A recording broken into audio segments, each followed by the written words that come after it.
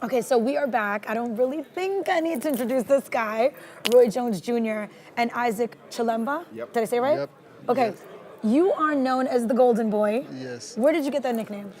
At one time when I was only 17, I went to national championships in Malawi, and I was big then. I was fighting 190, and there was no one in the juniors to fight.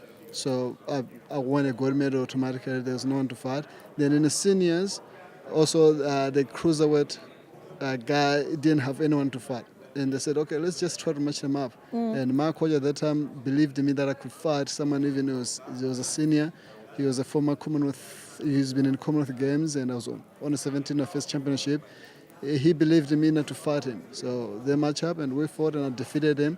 And I think it was in the second or third round, as I was dominating the fight, people started screaming, "Golden Boy, Golden Boy!" And the end of the fight, I won the championships and the Golden Boy. And I said, "That's it, I'm a Golden Boy." So you obviously have an accent. You are from South Africa. I'm originally from Malawi, Blantyre, okay. Malawi, but I live in South Africa now. So you're in the States now? No, I just come. I live You in still live in South Africa? Yes. Okay. I've been in South Africa for the last 10 years. I just come to States, train, fight, and go back to South Africa. So how did that, so let's start, how old were you when you first started fighting? I was 14 Okay. when I started, 13, 14 when I Okay, started and you boxing. knew then that you wanted to do That's this. all I wanted. I mean, I knew I loved fighting since I was that young. I remember trying some karate stuff. I had my friends that were doing some kind of acrobatics, and I was going doing acrobatics with them. And I didn't know that boxing existed in my life. I remember watching my first fight in 1996, Mike Tyson versus Holyfield. And all I said is I wish there was boxing somewhere here I can do boxing. And I remember filling up the bag with sand at the back of our house and hitting it. And I didn't know there was boxing until one day in 2002, a friend of mine took me to a place called Blantyre Youth Center. Then I saw boxing. I was like, wow, boxing exists. And I walk in and there was kids. I thought boxing was for only big guys. I thought it was only heavyweights because that's all I knew. I thought it was only heavyweights doing boxing and there was kids doing it. I said, can I start? He said, yeah. And that was me. That's the one thing that still blows my mind as I continue to learn boxing is how young kids get into this. Yeah. I mean, it's crazy to me when I hear 5, 6, 7, 10, 12. I'm like, I didn't know what I wanted to do then. So how did you end up transitioning to come to the States to train? How did that happen? Well, there's not much of boxing in Malawi. Malawi is like at the end of the world. There's like nothing going on there. So my first goal was to go to Olympics. I wanted to go to Olympics so badly, and Malawi couldn't get anyone to Olympics, so they didn't have money and all of that. So my next move was to go to South Africa because I had a sister and I have a sister in South Africa. And she said, you can come over here and try your boxing in South Africa. I went over there, still in amateur, wanting to see if I can improve and qualify for Olympic Games. And then things changed while I was in South Africa. Everybody told me I was good enough to train professional, and I thought maybe, well, I didn't have anything else to do, and I saw it like a way. At first, it was a way of earning a living. I could earn something out of it instead of stuck in amateur where I'm not earning anything. Let me just turn professional and earn something at the end of the day. And that was it. I turned professional in South Africa, and at that time I trained with Nick Durand. Okay. It was my professional trainer, my first professional trainer. And then when I won an ABU title, African Boxing Union title, I decided to make a move, and I wanted to fight to go beyond, to go further than I was, to fight out of South Africa. And then I met Jodie and asked her to manage me, and she made everything happen. I'm here today because of her.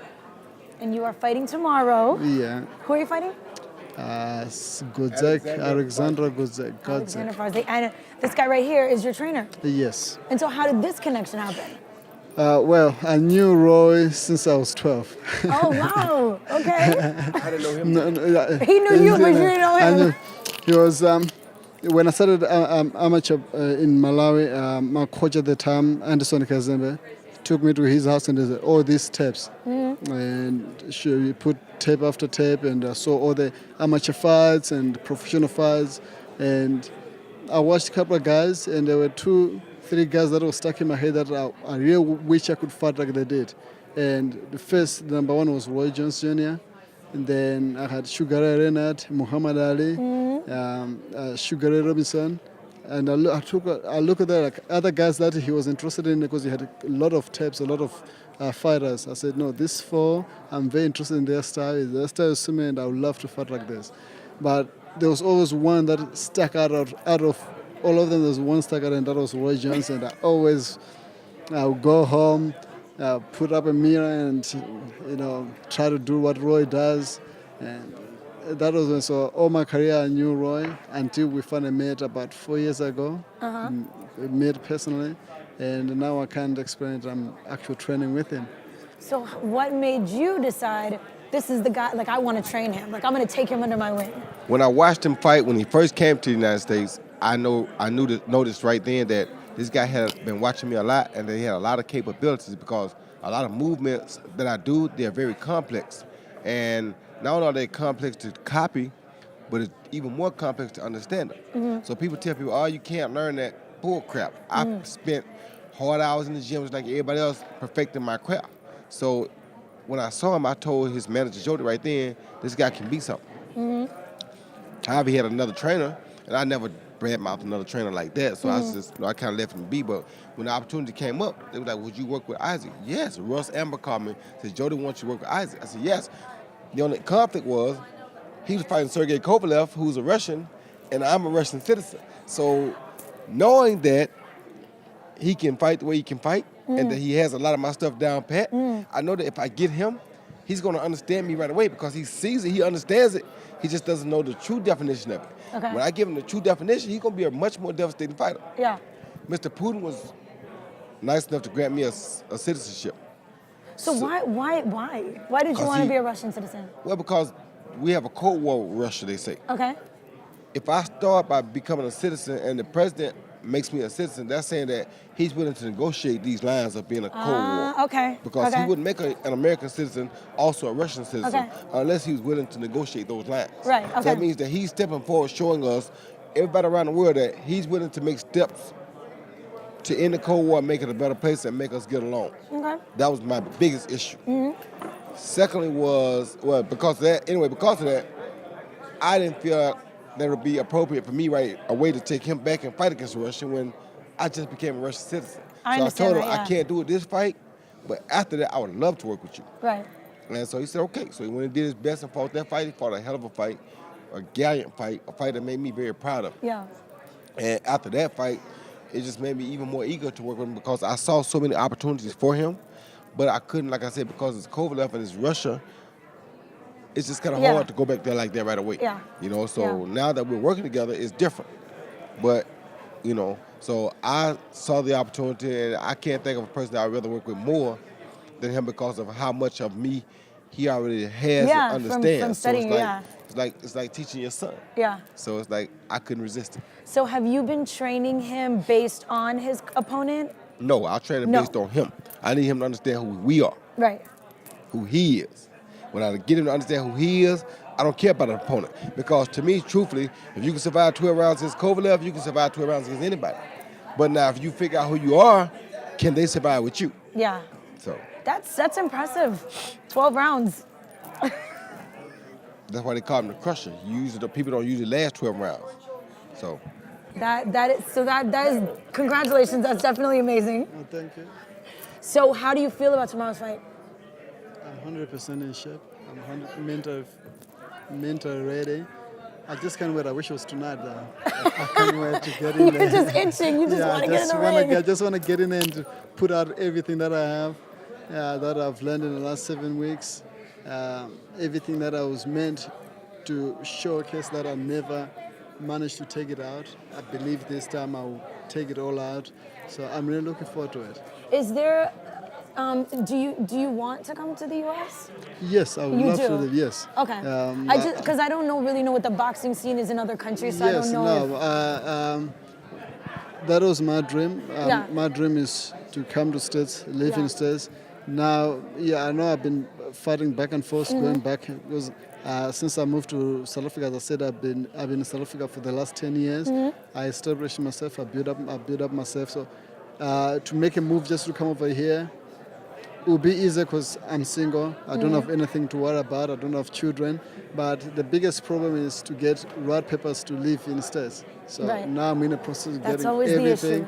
Yeah, getting everything together. Well, hopefully I can get a citizenship here. If I do, I'll be here in a heartbeat. So like with the time that I have spent the last few months learning boxing, one thing that is very clear is that boxers love to eat. So do you have like a go-to food or something that you just have to eat? And is there anything that Roy or any of or your other trainers will tell you, don't stay away from it, don't go? I've got a very bad sweet tooth. Oh, so we don't need you over at that Yeah, table. no, you put me in front of any kind of sweet candy, yeah, I can have that all day. And cheesecake is my best. Oh Yeah, gosh. I can have cheesecake for breakfast, lunch, and dinner.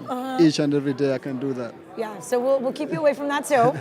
So what do you have any goals? You know, now that you're professional, now that you're, I mean, and you're young, you have still a lot to go. So are there any goals that you want to accomplish? My goal is to be one of the greatest, one of the best in the world. I want to go down in history, not just someone coming out of Malawi or coming out of Africa. I want to be when people talk about boxing, when they said Roy Jones Jr., I want to be somewhere in that equation to be, the people in the years to come. When I talk about boxing, I want to be one of the topics. Like we talk about Muhammad Ali today, we talk about Robinson, Sugar Ray, Roy Jones Jr., and all those, Mike Tyson, and all those guys.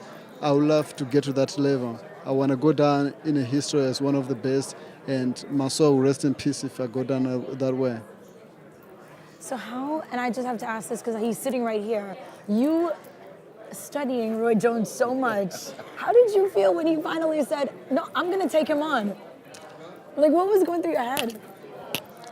Let me put it in this way. I don't know what's the most amazing thing that could happen to a human being today. Some people admire the Queen of England. Now you have to be in a Oh, now you're Queen's making it that big. presence Now you're making and it hang that around big. with the Queen. That's what it is.